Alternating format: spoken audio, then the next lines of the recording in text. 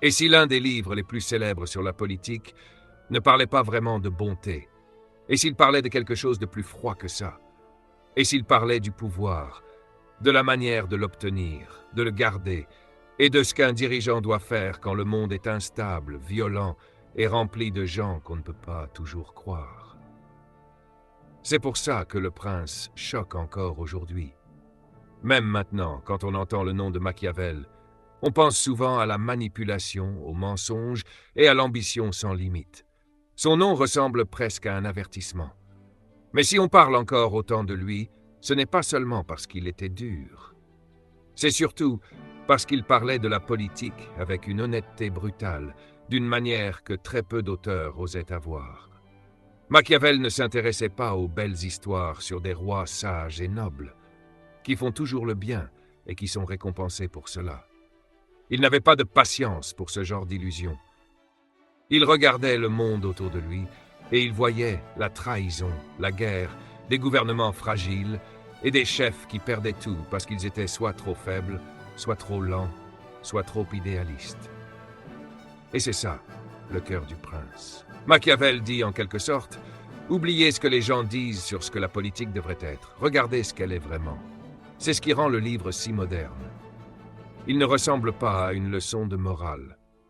Il ressemble plutôt à un homme qui a vu le pouvoir de très près et qui a décidé de dire la vérité, même si cette vérité dérange. Pour comprendre sa philosophie, il faut d'abord comprendre le monde dans lequel il a vécu.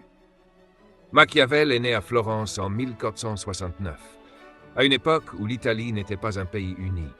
Elle était divisée en plusieurs villes et États, comme Florence, Venise, Milan, Naples et les États du pape. Ces puissances se battaient, changeaient d'alliance, se trahissaient et devaient aussi faire face à l'intervention de grands royaumes étrangers comme la France ou l'Espagne. La politique était instable, violente et souvent personnelle.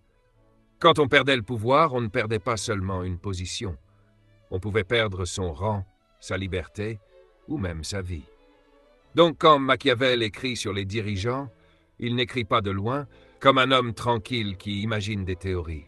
Il a travaillé dans le gouvernement, il a été diplomate, il a vu des hommes puissants monter puis tomber, il a vu ce qui marchait et ce qui échouait.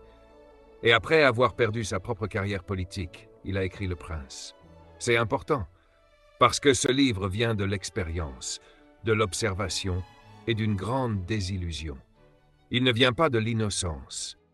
L'une des idées les plus importantes dans Le Prince, c'est que la politique n'est pas la même chose que la morale privée. Ça a l'air simple, mais cette idée change tout.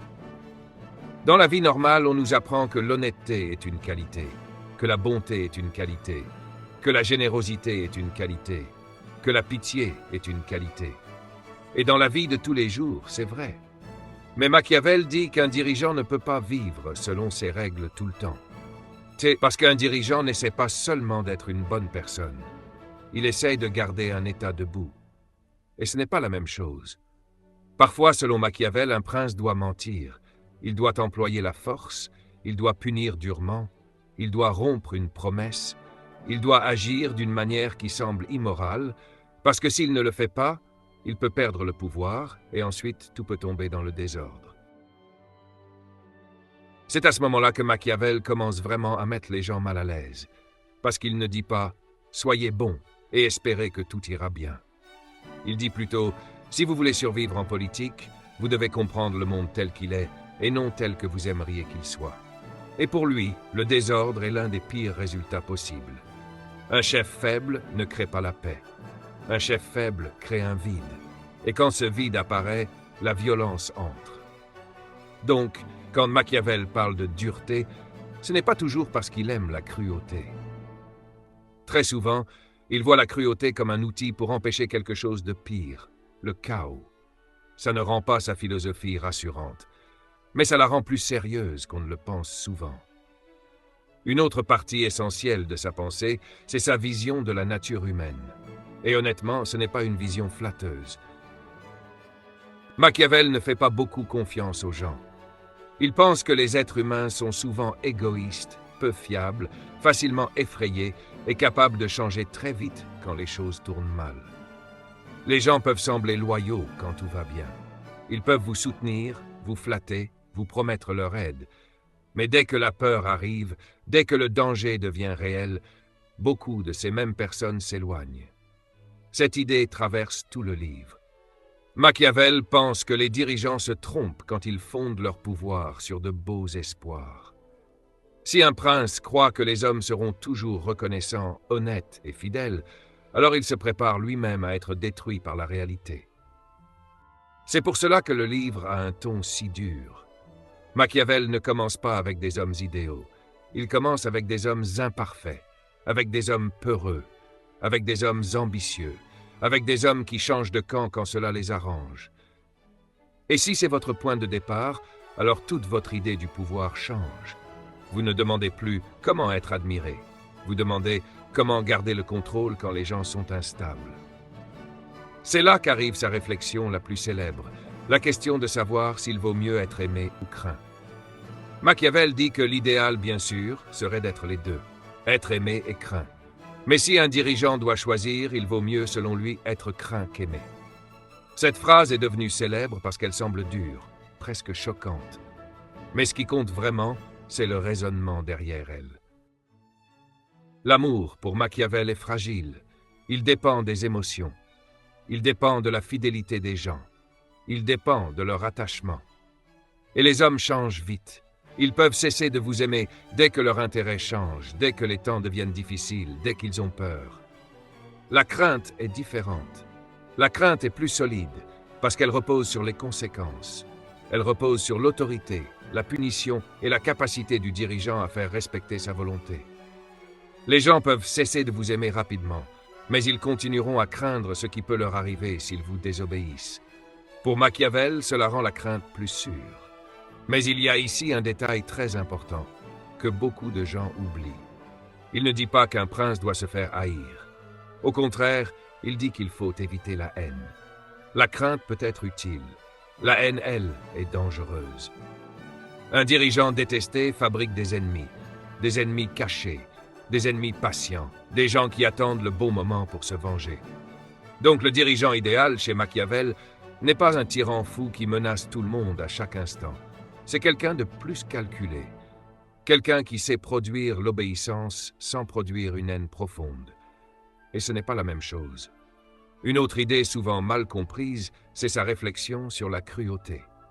Machiavel dit que la cruauté peut être bien utilisée ou mal utilisée. Rien que cette phrase choque, mais elle montre très bien sa manière de penser.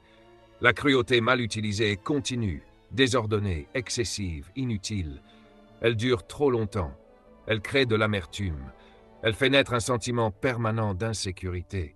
Elle pousse les gens à vouloir détruire le pouvoir. La cruauté bien utilisée, dans le sens de Machiavel, est plus précise. C'est une dureté employée vite, au début, pour une raison politique claire, souvent pour sécuriser le pouvoir ou arrêter le désordre. Puis elle s'arrête. Voilà la différence. Il pense qu'un seul acte dur mais limité peut parfois être moins destructeur qu'une faiblesse sans fin qui laisse la violence se répandre pendant des années. C'est l'un des points les plus sombres du livre. Parce qu'il nous oblige à regarder la politique non pas seulement avec les intentions, mais aussi avec les conséquences. Machiavel s'intéresse moins au fait qu'une action paraisse moralement pure sur le moment. Il s'intéresse davantage à la question de savoir si cette action crée une stabilité durable. C'est pour cela qu'il dérange encore autant. Il regarde des actes que nous jugeons tout de suite et il pose une question beaucoup plus froide. Est-ce que cela marche? Il semble si moderne. Il dit qu'un dirigeant doit paraître miséricordieux, honnête, fidèle, religieux, droit. Les gens doivent le voir comme quelqu'un de sérieux, de noble, de maîtrisé. Mais c'est là l'essentiel, il doit aussi être prêt à agir contre ses qualités quand la situation l'exige. Cela semble cynique, mais cette idée vient d'une compréhension très fine de la vie publique. La plupart des gens ne savent pas tout, ils ne voient pas tout. Ils jugent avec ce qu'ils voient, les symboles, la réputation, les discours, l'image, les résultats. Machiavel l'a parfaitement compris. Il sait qu'en politique, l'image n'est pas séparée du pouvoir. L'image fait partie du pouvoir. Un dirigeant n'a pas seulement besoin de force, il a besoin de légitimité. Il faut que le public croie qu'il mérite de gouverner. Il faut qu'il paraisse stable, sage, solide, moral, même si ses décisions réelles sont prises dans un monde beaucoup plus dur. C'est pour cela que le prince semble encore actuel. Bien avant les médias modernes, Machiavel avait déjà compris que la politique contient une part de mise en scène. Elle contient une part d'image. Elle contient une part de récit. Une autre de ses idées les plus connues, c'est qu'un dirigeant doit être à la fois un lion et un renard. Le lion représente la force. Le renard représente la ruse. Il peut faire peur aux ennemis, mais il ne voit pas les pièges. Le renard voit les pièges, mais il ne peut pas repousser les loups. Donc un bon dirigeant doit avoir les deux qualités. Cette image résume très bien la pensée de Machiavel. Il ne croit pas que la force seule soit suffisante.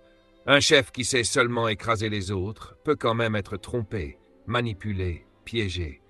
Mais un chef qui sait seulement intriguer, sans vraie puissance derrière lui, finira par être écrasé.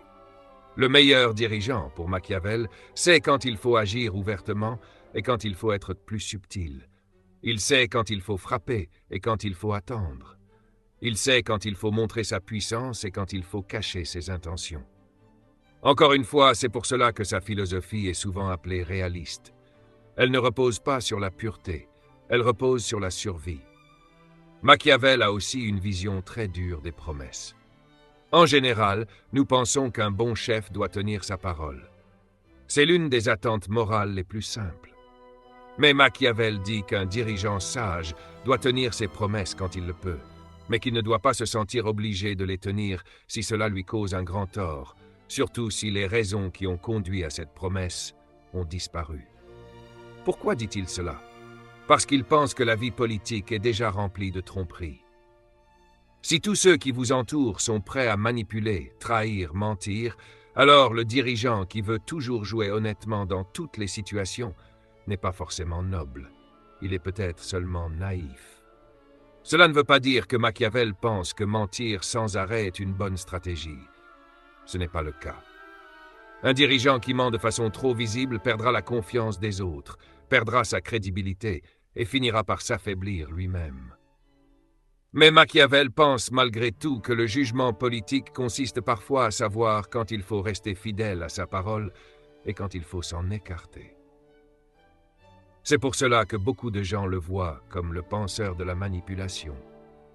Mais il y a aussi quelque chose de plus profond. Il nous force à regarder une vérité désagréable. Le pouvoir place souvent les dirigeants dans des situations où aucune option n'est vraiment propre. Parfois, les dirigeants ne choisissent pas entre le bien et le mal. Parfois, ils choisissent entre le mal et quelque chose de pire encore. C'est l'un des courants les plus profonds de Le Prince. Et s'il y a une idée qui montre toute la profondeur de Machiavel, c'est ce mot, vertu. Ce mot est difficile à traduire parce qu'il ne veut pas dire simplement vertu dans le sens moderne. Il ne parle pas seulement de bonté morale. Pour Machiavel, la vertu, c'est plutôt la force de caractère. Le courage, l'intelligence, la décision, l'audace, la souplesse et la capacité à agir sur les événements au lieu d'être écrasé par eux. Un dirigeant qui a de la vertu ne reste pas assis à espérer que tout se passe bien. Il agit, il lit la situation, il s'adapte, il voit le danger tôt, il répond avec énergie, il change quand le monde change. Autrement dit, la vertu, c'est l'efficacité, mais pas dans un sens superficiel. C'est la capacité profonde d'affronter un monde difficile. Voilà pourquoi Machiavel admire les fondateurs puissants, les chefs audacieux, les hommes capables de bâtir quelque chose et de le défendre. Même quand sa pensée est dure, elle ne parle pas seulement de cruauté. Elle parle aussi de capacité, de force intérieure, de talent politique. Et cette idée conduit directement à une autre, tout aussi importante, la fortune. Machiavel sait qu'aucun dirigeant ne contrôle tout. La vie est instable. L'histoire est instable. Des accidents arrivent, des guerres commencent, des alliances se brisent.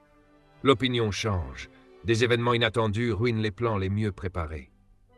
Il appelle cette force la fortune. La fortune, c'est la chance, le hasard, l'imprévisible, la partie de la vie qui échappe au contrôle humain. Ce qui est intéressant, c'est que Machiavel ne dit pas que la fortune contrôle tout. Il dit qu'elle contrôle une partie de la vie, mais pas toute la vie. Les hommes ne sont pas tout-puissants. mais ils ne sont pas non plus totalement impuissants.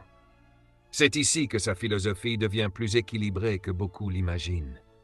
Il ne dit pas « vous pouvez dominer complètement le destin ». Il dit plutôt « vous ne pouvez pas empêcher l'incertitude, mais vous pouvez vous y préparer mieux que les autres ». Il compare la fortune à un fleuve violent qui déborde et détruit tout sur son passage. Quand la crue arrive, elle emporte tout. Mais les hommes sages construisent des barrières avant la crue. Ils préparent le terrain. Ils n'attendent pas que la catastrophe soit déjà là. Cette image dit beaucoup de choses sur sa vision du pouvoir. Un bon dirigeant n'est pas quelqu'un qui ne rencontre jamais de problèmes. C'est quelqu'un qui ne s'endort pas devant les problèmes qui approchent. Une autre raison pour laquelle le prince dérange, c'est qu'il ne parle pas dans le langage du réconfort moral. Il ne dit pas que la sincérité vous sauvera. Il ne dit pas que la justice gagne toujours. Il ne dit pas que les bonnes personnes arrivent naturellement au sommet. Il enlève les illusions de la politique. Au lieu de demander ce qui semble noble, Machiavel demande ce qui permet réellement à un État de survivre. Au lieu de juger les dirigeants selon la pureté de leurs mains, il les juge selon leur capacité à assurer l'ordre, maintenir l'autorité et survivre dans un monde hostile. Et c'est exactement pour cela que les débats sur lui durent depuis des siècles. Certains pensent qu'il enseignait le mal. D'autres pensent qu'il montrait seulement des vérités que la société préfère ne pas regarder. Personnellement, dire qu'il était simplement mauvais me semble trop facile. Cela évite la vraie question qu'il pose. Et si la politique obligeait vraiment les dirigeants à entrer dans des situations moralement sales? Et si le pouvoir, par sa nature même, obligeait parfois à faire des choix que la morale ordinaire ne peut pas résoudre complètement? C'est ça, le vrai défi de Le Prince. Machiavel n'essaie pas de rassurer son lecteur. Il essaie de le forcer à voir que gouverner n'est pas la même chose que vivre une vie privée et morale. Une personne ordinaire peut se concentrer sur sa conscience. Un dirigeant, lui, porte la responsabilité d'un ordre politique entier, de la sécurité, de la loi, de la stabilité, de la survie. Et quand on porte ce poids, les questions morales deviennent beaucoup plus difficiles. Un dirigeant ne choisit pas toujours entre le bien et le mal de façon claire. Il peut choisir entre une dureté immédiate ou un effondrement plus tard, entre une promesse brisée ou la perte de l'État, entre la crainte et le désordre. C'est pour cela que Machiavel compte encore aujourd'hui. Non pas parce que tout le monde est d'accord avec lui, mais parce qu'il met une pression sur nos idées les plus simples. Il demande si l'innocence est toujours une qualité en politique. Il demande si la faiblesse peut parfois faire plus de mal que la sévérité. Il demande si les apparences font partie du pouvoir et pas seulement de sa décoration. Il demande si la stabilité exige parfois des actes qui semblent laids dans la vie ordinaire. Et si ces questions semblent encore vivantes, c'est parce qu'elles ne sont jamais parties. Même aujourd'hui, les dirigeants font face à des versions modernes du même problème. Jusqu'où peut-on employer la force pour garder l'ordre? Est-il acceptable de cacher la vérité pour éviter la panique? À quel moment le compromis devient-il une faiblesse? À quel moment la bonté devient-elle de l'instabilité?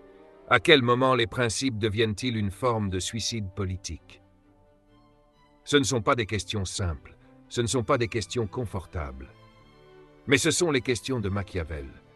Et c'est exactement pour cela que le Prince continue d'être lu.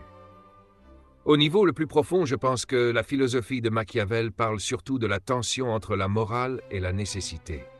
Voilà le vrai centre du livre. Pas la cruauté seule, pas le mensonge seul, pas la peur seule, mais l'écart douloureux entre ce que nous voudrions que la politique soit et ce qu'elle devient souvent quand le pouvoir, la peur, l'ambition et la survie entrent en jeu. Machiavel vit dans cet écart. Il sait à quoi ressemblent les idéaux moraux. Il ne les ignore pas. Mais il sait aussi que quand les États sont fragiles et que les ennemis sont proches, les idéaux seuls ne sauvent personne.